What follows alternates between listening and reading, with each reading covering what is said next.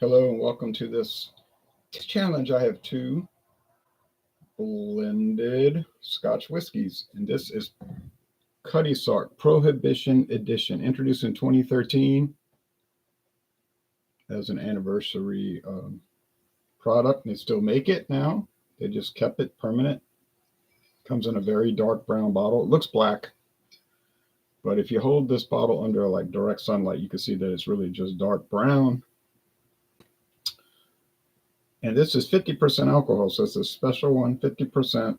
Don't think there's an age statement.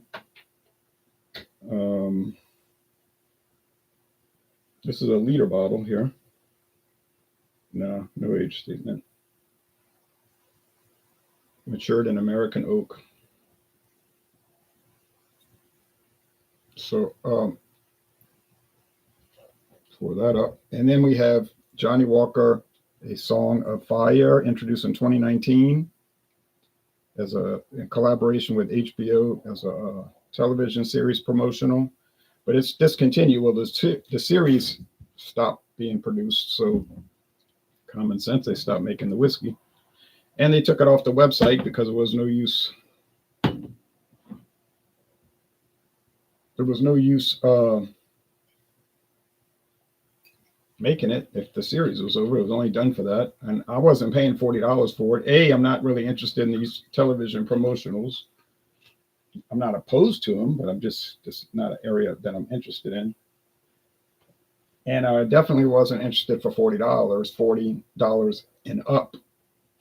But then when it went on discount, when they closed out the series, they had it at Star, which is a famous liquor store in Kenner, Louisiana, and in Gretna. They might have other locations, but they had it for $14.99. So then I got interested, right? I bought the Song of Fire and the Song of Ice. They had a display there, Song of Fire, Song of Ice on the same display, organized, $14.99 each. So I said, well, heck, I'm not passing this up. Okay, they're both amber, so the appearance won't matter.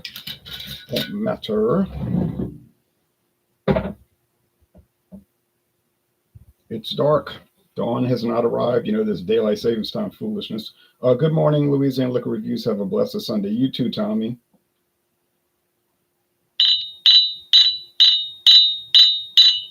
I'll start mixing them up. Now, I'll show you the website I can't show you the website for A Song of Fire because, like I said, when they got rid of the product, there was no reason to keep it on the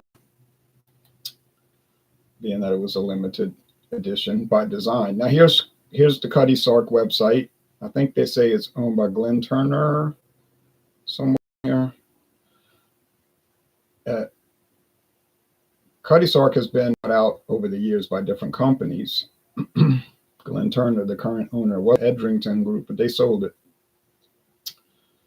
for whatever reason. Cutty Sark Original, that's the one you see everywhere. Pretty much everyone sells that. Cutty Sark Prohibition Edition. Ready to drink ginger ale. I've never seen that. That's new. Cutty Sark 12-year. Never seen that. Cutty Sark 33-year. Have to admit I've never seen that, and I've never seen the Centenary Edition, which would have come out in 2023. That was the 100th anniversary of Cutty Sark, 1923 to 2023. So those would be more at specialty liquor stores.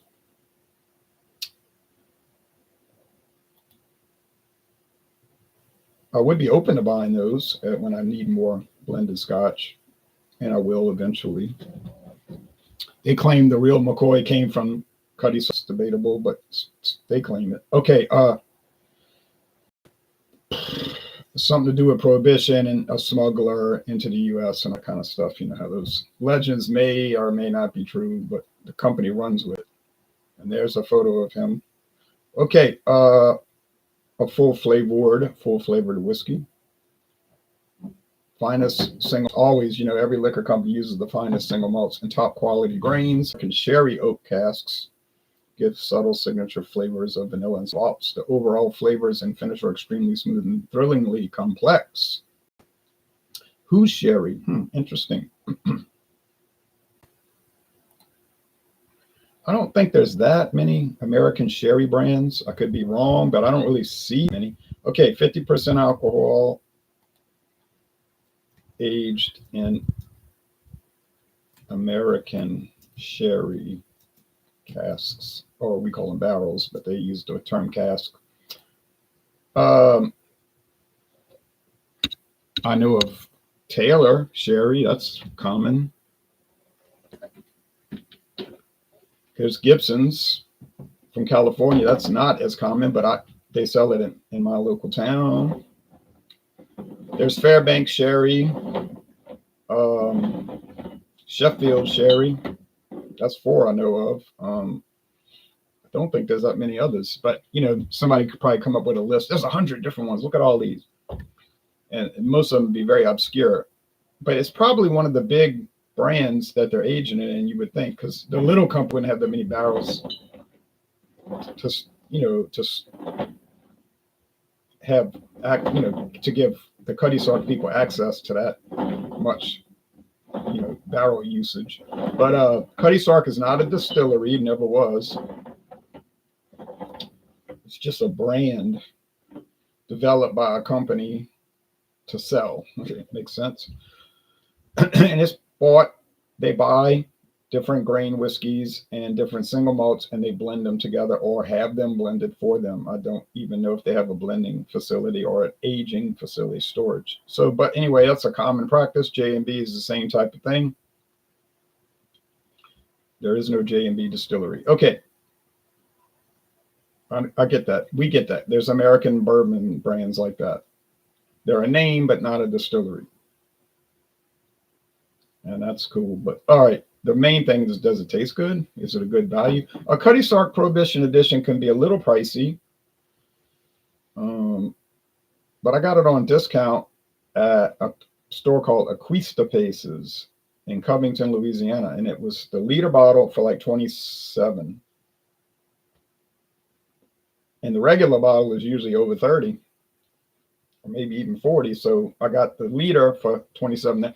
They had a big sign that was cut out like a flash, the deal of the week. And I was like, that is a deal of the week. And I bought it, and I'm sure it didn't last, because next time I went to that place, they didn't have a single bottle.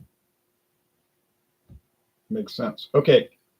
I don't think it's going to be that challenging, because Cutty Sark has like an idiosyncratic aroma and smell. It's like real peaty, but not smoky. It's like you could taste the peat, like the compost pile, but the smokiness isn't really part of their style. I watched a video review for somebody, and he's from Brazil, but he lives in New York, and he was saying he hated it. He thought it was terrible. I thought, man, I can't believe it. But I'm not saying he was making it up. He just thought it was a terrible product. He didn't have this one listed on his YouTube page. Anyway, it can't really be terrible. How can it be one of the top selling Scotch whiskeys in the world, right? If it's so bad, it doesn't make sense. But anyway, he didn't like it. All right. Yeah, it smells like bread over here. I'm gonna look up Glen Turner. Glen Turner.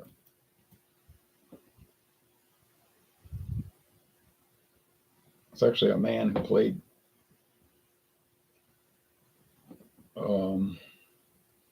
could be spelling it wrong.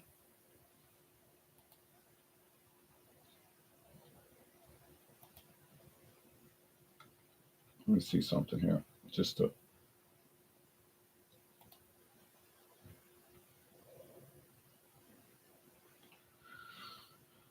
Okay, they're using the parent company, Martiniquaise. And they might have sold Glen Turner for all I know. They had, because Glen Turner was their whiskey division. Blah, blah, blah, blah. La Martiniquaise. That's a hard one to spell.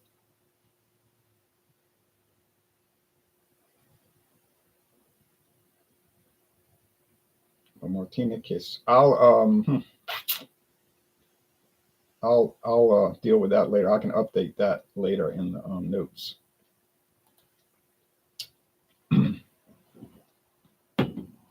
But I got the link for Cutty Sark below, so that'll take you right there. And then it does say Martiniquaise on there. But if they sold Glen Turner, I don't want to have that listed. Okay, aroma is kind of a washout. smelling the same. Well, this one might have more spice. This one might have that peat, but it's a little, yeah, I think so. But it's a little too close to call. I think the flavor is going to give it away, especially that 100 proof versus 80 proof, 50% alcohol versus 40%. Cheers. Taste time.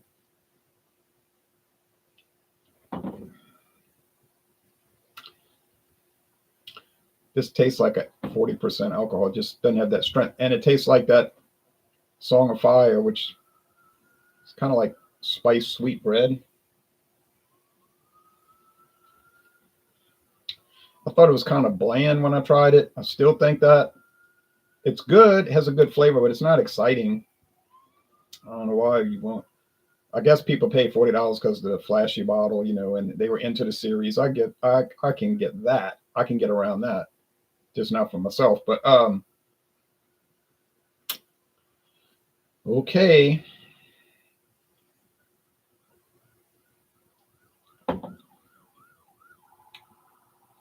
That seems like it's a lot stronger.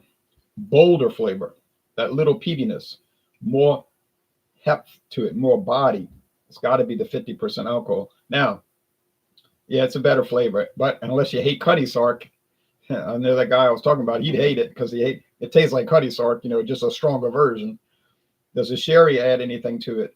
Yeah, it kind of gives it a little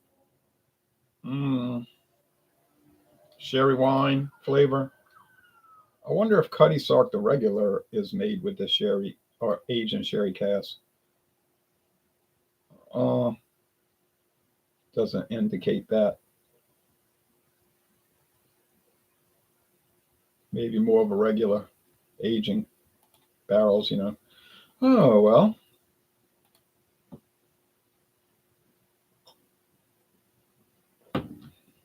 They're both winners.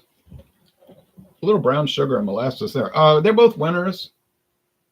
Honey. Yeah, a lot of honey. There's no negative on it. I'm starting to warm up to the Johnnie Walker Song of Fire. It's fire. It's warm. Okay. Still glad I paid $14.99. And look, if I had not seen it on sale, I would not have bought it. I'm just gonna shoot straight. I'm not gonna pretend like I would have. I wasn't interested, but you know, $14.99. That's over half. That's over half the price discounted. Only paid like a third of the price. Okay, or almost that low. So do I look for these kind of deals? I don't really look for these kind of deals because I don't have to look for them. They just show up. Just like every week, something's showing up. I can't buy it all because I would have more than I have now. And what I have now is too much. I don't need 17 unopened bottles of bourbon, okay? That's what I've got.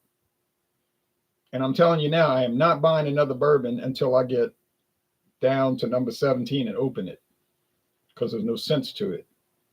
I mean, it's not like I'm going to have trouble finding bourbon by any means. So people will ask me, what about this bourbon? When are you going to get to it? And I'm saying a long time from now. And I have some good ones. I have good ones in the collection. I don't have just off weird brands that nobody's heard of. I've got like solid stuff.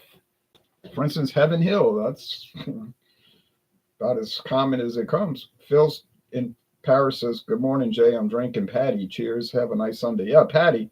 I've got Patties. Don't have much. There's another example. I could have bought a full-size bottle of Patties last month for $9.99. That's half price. But I got a bottle. I don't need it. And I paid the full price for it. I paid $18.99, but which is actually a lower than normal price. So I'm not trying to be involved in the mania of buying everything. I did that, and I got a lot of great stuff. Or I should say at least potentially great stuff, most of which is not opened. I'm talking about tequila, same situation, rum, gin, not gin, what I meant to say mezcal. I don't know how I said gin if I was thinking mezcal. But a lot of unopened bottles, especially of the rum, not 17, but I bet you it's not that far off. And tequila, I bet you it's not that far off. I just kept finding these deals, so I was like, all right, cool it. Okay, I'm saying this is the Song of Fire. It is. And Cutty Sark. So the winner is, well, whatever you prefer. I mean, it's up to you. Would I recommend one over the other? No, I wouldn't. They don't taste alike at all. I would just say buy whatever you want. There's no upside or downside here. With these, it's even. Only thing to consider with these, I say, is the price. Now, I did say it was discontinued, so you might be asking, well, how can you go find it? Well, I think they got a lot of bottles still left. Total Wine still got it on their website, so it could be years before that's all dissipated, because they probably produced so much, and then it was over, and they said, well, just sell it off, and they did discounts, like I said. So anyway, good challenge. Tomorrow, I'm probably going to bring in the King Robert II, which is definitely a solid product, and that'll be interesting. So, and I got a great deal on that.